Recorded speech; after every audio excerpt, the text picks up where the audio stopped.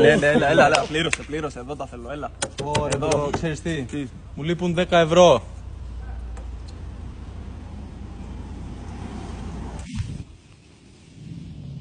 Λοιπόν, με το 3 σπρώχνεις, έτσι. Πάμε, σπρώξε. Βγαίνει.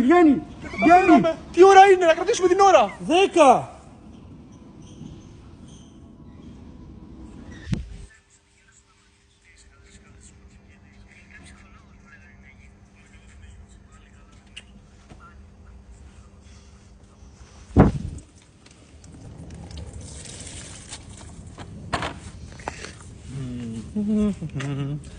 Θα σηκώσω το πόδι σου λίγο να σφουγγαρίσω.